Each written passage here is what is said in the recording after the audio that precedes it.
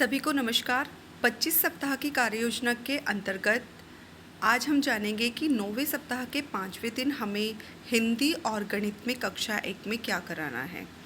जैसा कि आप सभी को विदित है कि 3 कालांश हिंदी के और 3 कालांश गणित के हमें बच्चों को शिक्षण योजना के चरणों के अनुसार कार्य कराना है। सबसे पहले बात करते हैं हिंदी की। मौखिक भाषा विकास पर हम कार्य करेंगे। प्रथम कालांश में आज हम बच्चों को मौखिक कहानी सुनाएंगे और उस पर सरल चर्चा करेंगे। विषय वस्तु हमारी होगी मौखिक कहानी सुनाना। मौखिक कहानी सुनाने के लिए हम 7 से 10 मिनट लेंगे। आप बच्चों को उनके स्तर के अनुसार या पूर्व में सुनी हुई कोई भी पढ़ी हुई कहानी बच्चों को अपने शब्दों में या स्थानीय भाषा में मौखिक रूप से सुनाएंगे। आप बीच बीच में बच्चों से कहानी से जुड़े कुछ बंद छोर के प्रश्न पूछेंगे, जैसे कहानी में कौन था आदि। उसके बाद फिर कहानी पर समृद्ध चर्चा करेंगे 7 से 10 मिनट। बातचीत को और समृद्ध बनाने के लिए आप बच्चों से 5-7 खुले छोर के प्रश्न पूछेंगे कहानी से ही संबंधित, ताकि बच्चे अपनी कल्पना, अनुभव और अनुमान के आधार पर उन प्रश्नों का उत्तर दे सकें। उसके बाद आप बच्चों द्वारा आपस में चर्चा करने के लिए उनको 5 से 7 मिनट का समय देंगे। जो भी कहानी आपने सुनाई है उसके बाद आप बच्चों को जोड़ियों में बांटकर पात्रों के बारे में चर्चा करने के लिए कहें। आप बच्चों से पूछ सकते हैं कि आपको कौन सा पात्र अच्छा लगा और क्यों। आप बच्चों को उनके डायलॉग बोलने के लिए भी, उनका रोल प्ले करने के लिए भी कह सकते हैं।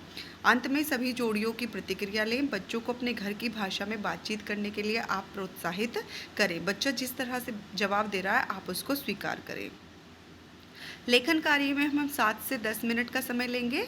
इसमें आपने जो भी कहानी सुनाई है आप बच्चों को बोलेंगे कि जिस भी तरह का वो चित्र बनाना चाहें या जैसा भी वो चित्र बना रहे हैं आप उसे स्वीकार करते हुए उनका चित्र बनवाएंगे और फिर उनसे कहेंगे कि आप अपने साथी को चित्र दिखाकर उस पर बातचीत करें। फिर किन्हीं 3-4 बच्चों को आप सभी के साथ अपने चित्र पर बातचीत करने के लिए कहेंगे।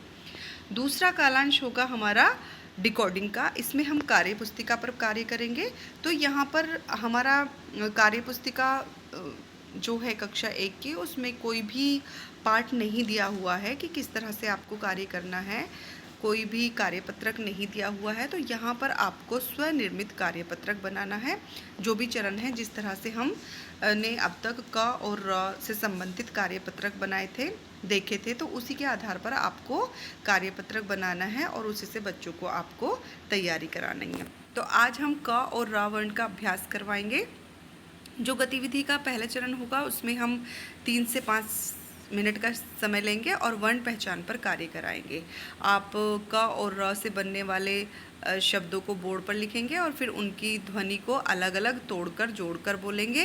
पहली आवाज़ को अलग करते हुए बच्चों से इस सप्ताह सिखाए गए वर्णों से शुरू होने वाले शब्दों में से चयनित वर्ड ढूंढकर गोला लगाने को कहेंगे और जो भी हमारी पाठ्य पुस्तक या अन्य प्रिंटेड सामग्री है उसमें से इन दोनों वर्णों को ढूंढने के लिए और फिर उन पर गोला लगाने के लिए कहेंगे। उसके बाद फिर आप बच्चों से इन दोनों वर्णों को लिखवाने का अभ्यास करवाएंगे। उन्हें रेत, हवा, जमीन आदि पर वर्ण लिखने का अभ्यास करवाएं। गतिविधियों पर कार्य। गतिविधि 1 7 से 10 मिनट का समय लेंगे। आप बोर्ड पर क और र के साथ साथ कुछ अन्य वर्ण भी लिखेंगे जो हमने अब तक बच्चों को सिखाए हैं। फिर कुछ बच्चों को बुलाकर उन्हें क और र वर्ण पहचानने के लिए कहेंगे। आप साथ के साथ जो भी वर्ण हमने सिखाए हैं उनको भी बच्चों से पूछ सकते हैं ताकि उनकी पुनरावृत्ति हो जाए। गतिविधि 2 में हम 5 से 7 मिनट का समय लेंगे। इसमें आप कक्षा में क और र वर्ण से शुरू होने वाले कुछ शब्द एक एक करके बोलें, जैसे कबूतर, रस्सी, कटहल, यानी कि र और क से शुरू और भी अन्य शब्दों का प्रयोग करेंगे और फिर बच्चों से उनकी पहली ध्वनि बताने के लिए कहें। गतिविधि 3 में हम 5 से 7 मिनट का समय लेंगे। इसमें आप बड़े आकार में बोर्ड पर क और र वर्ण लिखें और बच्चों को उनको अपनी नोटबुक में लिखने के लिए कहें। गतिविधि 4 में हम 5 से 7 मिनट का समय लेंगे।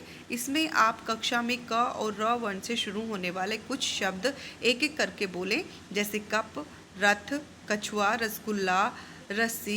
इसी तरह से फिर उनको उनकी पहली ध्वनि अपनी नोटबुक में लिखने के लिए कहें। तो यहाँ पर आप अगर कार्यपत्रक प्रयोग नहीं करना चाहते हैं, नहीं बनाना चाहते हैं, तो इन्हीं चरणों के आधार पर आप कक्षा में शिक्षण कार्य करा सकते हैं।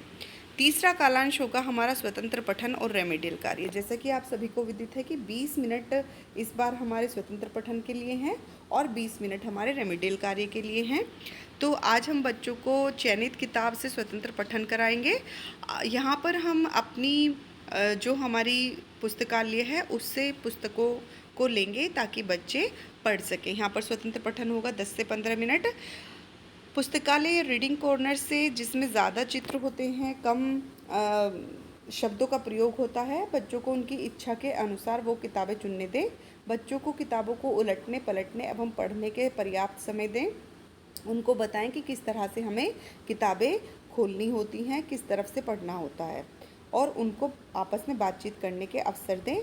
कुछ बच्चों को लगभग 50%, यानी कि अगर आपकी कक्षा में ज़्यादा बच्चे हैं तो करीब 50% बच्चों को आप मौका दें किताब से कहानी पढ़ने का, और अगर आपकी कक्षा में कम बच्चे हैं तो सभी को कहानी पढ़ने का अवसर दें। बच्चे जैसी भी कहानी बताएं उसे स्वीकार करेंगे, आप फिर उनसे कहानी सुन भी सकते हैं। बच्चों को अपने घर की भाषा में बातचीत करने के लिए प्रोत्साहित करें। उसके बाद 15 से 20 मिनट हमने जो पिछले 8 सप्ताहों में स्कूल रेडीनेस का कार्य कराया था उसी से संबंधित अवलोकन के आधार पर आप बच्चों को रेमेडियल कार्य कराएंगे।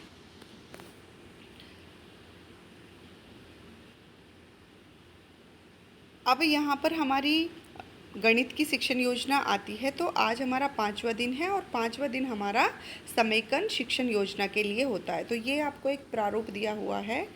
आगे की जो शिक्षण योजनाएं हैं अगले सप्ताहों की 5वें दिन की, वो आपको स्वयं निर्मित करनी है। तो इस सप्ताह हमने 3 शिक्षण योजनाओं पर कार्य किया था। दूर, पास और ऊपर नीचे की समझ विकसित करना, दाएं बाएं और आगे पीछे की समझ विकसित करना, वर्गीकरण और क्रम की समझ विकसित करना। तो सबसे पहले प्रक्रिया 1 पर हम दूर, पास और ऊपर नीचे की समझ विकसित करेंगे।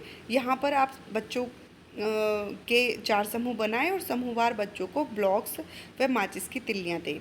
आप हर समूह को अलग अलग कार्य करने को दें। जैसे पहले समूह को माचिस की तिल्लियों से दूर ब्लॉक को रखना है, दूसरे समूह को माचिस की तिल्लियों के पास में ब्लॉक को रखना है। इसी तरह से आप क्रमशः तीसरे और चौथे समूह को ऊपर व नीचे माचिस की तिल्लियों और ब्लॉक को जमाने का कार्य दें। यानी कि यहाँ पर पहली प्रक्रिया में हम बच्चों को दूर, पास और ऊपर नीचे की समझ विकसित करने के लिए गतिविधि कराएंगे।